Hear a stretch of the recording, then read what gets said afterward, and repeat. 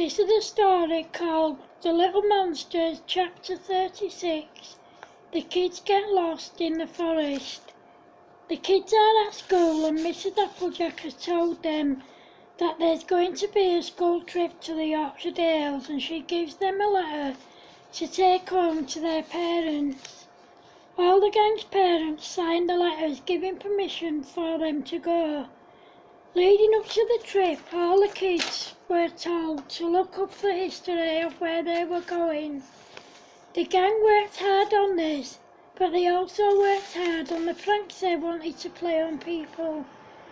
This time though, the kids went to the junk shop and bought toy battery-operated very tiny dogs that bit people and toy battery-operated horses that were totally wild and scary. They also bought battery-operated toy toilets which flushed and looked like someone had just done a poo in them. A few days after buying all that stuff, the kids went back to the joke shop and found some new joke sweets designed to make people constantly want to eat.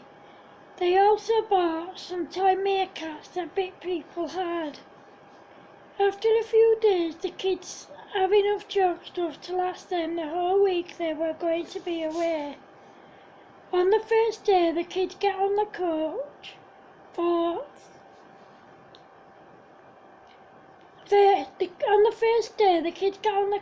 first and put toy crabs on some of the seats, and when anyone sat on them, they pinched their bums, causing them to howl in pain. Travelling to the Yorkshire Dales that day, the kids didn't play any more tricks on people. However, when they got to their destination, they were taken to where they would be sleeping, and then they went for some lunch. When they'd finished eating, they went off to play for a bit. Whilst they were playing and the other kids were doing their own thing, they sneaked into the dormers and put toy crabs in the other kids' beds.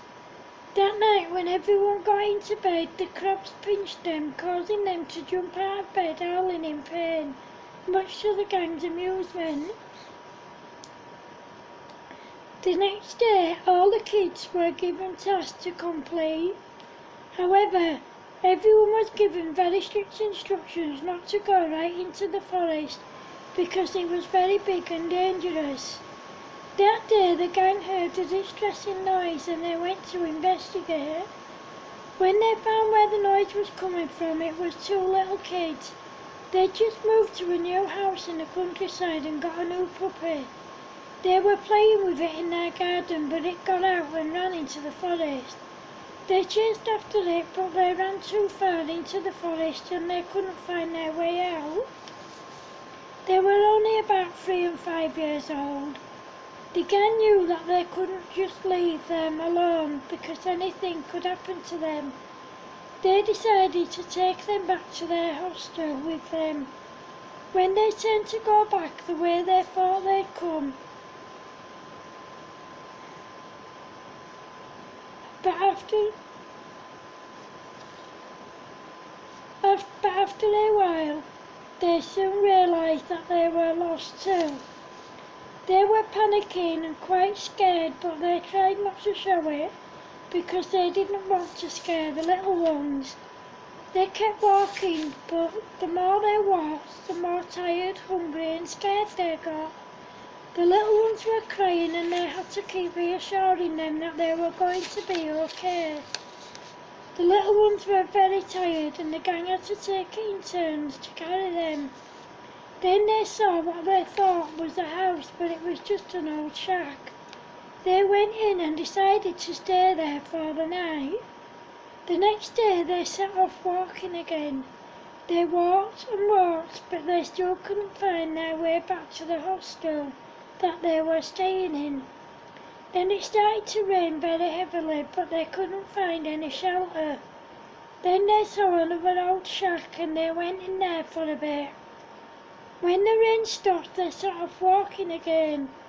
However, they still couldn't find their way back to the hostel. Then it started to rain a lot heavier than before. By this time, the parents of the two little kids were beside themselves with worry. The school staff and the hostel staff were worried about the gang. The police had been called by the hostel staff and the little kids' parents. The little kids' parents were at the hostel.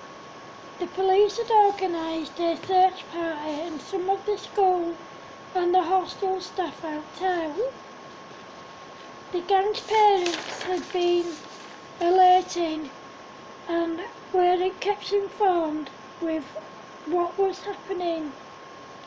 Everyone searched and searched, but the kids were nowhere to be found. However, everyone kept searching and searching, and they were getting more and more worried. The kids were still walking, but they couldn't find their way out of the forest. Then it started hailstoning really heavily, but the kids couldn't find any shelter anywhere. They tried to find one of the old shacks, but they couldn't find any of them. They were all wet, cold, hungry, scared and exhausted, but they kept going because they didn't have a choice. They just kept walking and walking and walking and taking it in turns to carry the two little kids. Then they managed to find one of the old shacks again, and they managed to light a fire using sticks.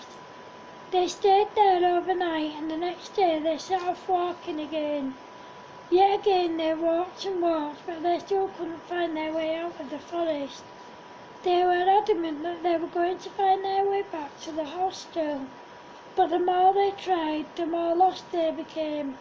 They were so exhausted from hunger. They were all so exhausted from hunger, and all the walking they could barely move, but they still kept going. Then they saw some of the search party and they shouted, "We're here! We're here!" The search party heard them and told them to keep shouting, and they did. When they got to the kids, they gathered them up and took them to the road, which wasn't far away. When they got there, the police took everyone back to the hostel.